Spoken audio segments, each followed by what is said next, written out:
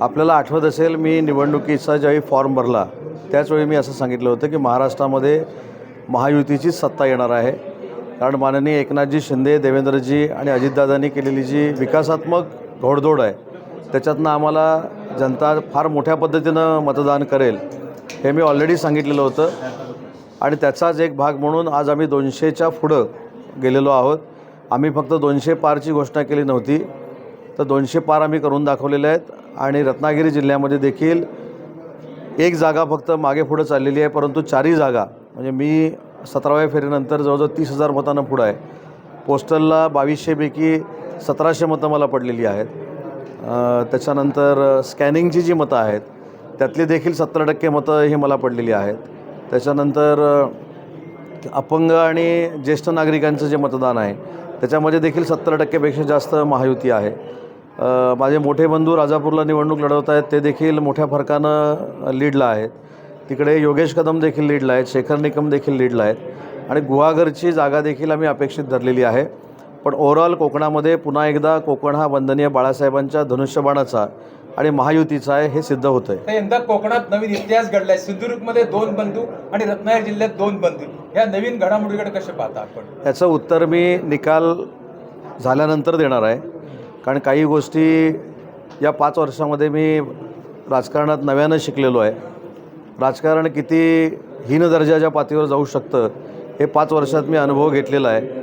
त्याच्यामुळं अधिकृत निकाल जाहीर झाल्यानंतर मी काही गोष्टी नक्की बोलणार आहे ज्या तुम्हाला ब्रेकिंग असतील.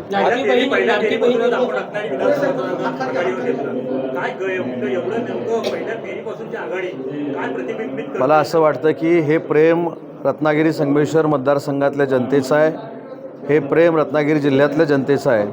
आणि म्हणूनच मला असं वाटतं की आम्हाला दोन्ही भावांना 2 मतदारसंघामधनं जनतेनं स्वीकारलेलं आहे.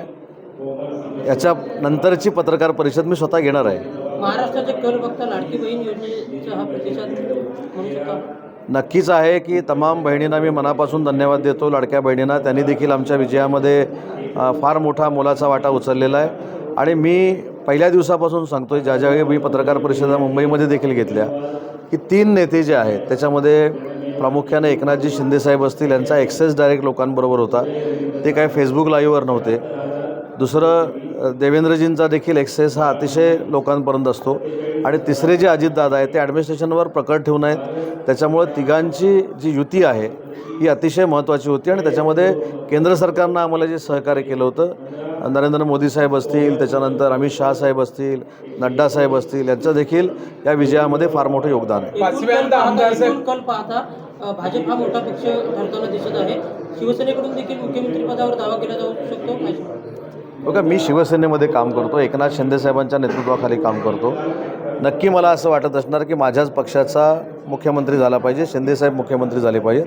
पण तो जो निर्णय आहे ते नरेंद्र मोदी साहेब, अमित शहा साहेब, स्वतः एकनाथ शिंदेसाहेब आणि घेतील.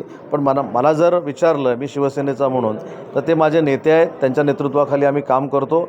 आणि काय पद्धतीनं शिवसेना आम्ही पुढं नेऊ शकतो धनुष्यबाणाची, हे जिथं कुठं वंदनीय बाळासाहेब असतील त्यांना बघून देखील समाधान वाटलं.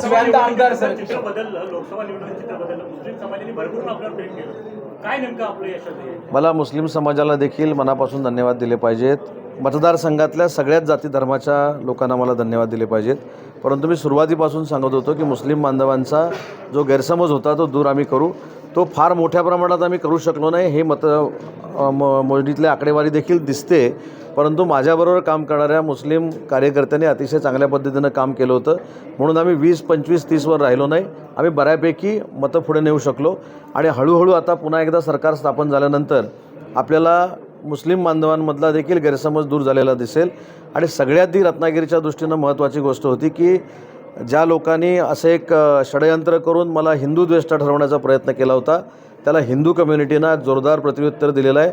त्याच्यामुळं त्यांनी जे कोणी केलं होतं त्यांनी तरी आता स्वतःची राजकीय पात्रता ओळखली पाहिजे, लायकी ओळखली पाहिजे, असं माझं मत आहे. 5व्यांदा आमदार होते सर, काय भावना आपल्या?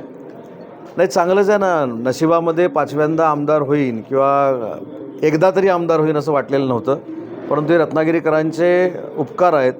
परंतु मगाशी जसं मी सांगितलं तसं की या 5व्या टर्मच्या अगोदर अनेक अनुभव आलेले आहेत.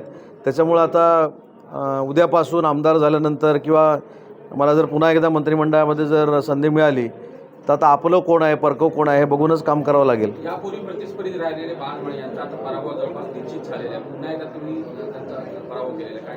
नाही, मी तुम्हाला माहिती असेल, मी ज्यावेळी त्यांना पहिल्यांदा पराभूत केलं त्यावेळी देखील त्यांच्यावर मी टीका केली नाही, कारण शेवटी हा माझ्यावरचा आईवडिलांचा संस्कार आहे. कारण आज त्यांचा पराभव होताना मला दिसतोय, पण त्यांच्या मुलांना काय वाटत असेल, त्यांच्या पत्नीला काय वाटत असेल, त्यांच्या घरातल्यांना काय वाटत असेल, असा भावनिक विचार मी करणार आहे. माझी लढाई संपली, निकाल कौल मतदारांनी दिला, त्याच्यामुळे त्यांच्या भविष्याच्या राजकीय वाटचालीसाठी देखील त्यांना शुभेच्छा आहेत. पण त्यांनी सवंगडी नेमताना किंवा सहकारी स्वीकारताना फार तोलून मापून स्वीकारावे, हा माझा त्यांच्यापेक्षा वयानं जरी लहान असलो तरी माझा त्यांना सल्ला आहे. महाविकास आघाडीच्या काही नेत्यांचा अदृश्य आपल्याला हात होता का, पाठिंबा होता? कोणाचा? असं महाविकास आघाडीमधील काही नेते एवढे माझे कार्यकर्ते आणि शिवसैनिक हे कमकुवत नाहीत. मी कोणाच्या अदृश्य शक्तीवर जिंकू शकतो. ही माझ्या कार्यकर्त्यांनी केलेली मेहनत आहे, महायुतीच्या पदाधिकाऱ्यांनी केलेली मेहनत आहे. आणि ज्यावेळी उदय सामंतवर संकट येतं त्यावेळी रत्नागिरीकर काय करतात हे पुन्हा एकदा महाराष्ट्राला आणि देशाला दिसलेलं आहे. निवडणूक जाहीर रंगत दरवर्षी, पण आता शेवटच्या टप्प्यामध्ये निवडणुकी एकतर्फी झालेली दिसते. काय नेमकं त्याचं यशाचं? मतदार ज्या पद्धतीनं न बाहेर पडता जे प्रचाराला कधी, तुम्ही जर रत्नागिरी शहरातलं मतदान बघितलं असेल तर मोहल्ल्यांमध्ये झालेलं मतदान ठीक आहे, पण प्रत्येक बूथवर मी प्लसमध्ये आहे. रत्नागिरी शहरानं देखील मताधिक्य दिलेलं आहे आणि ग्रामीण भागात तर प्रत्येक जिल्हा परिषद गटामध्ये 4,000, 4,500, 5,000चं मताधिक्य आहे. त्याच्यामुळं मला असं वाटतं की हे सगळे जे उपकार आहेत हे रत्नागिरी संगमेश्वर मतदारसंघातल्या मतदारांचे उपकार आहेत.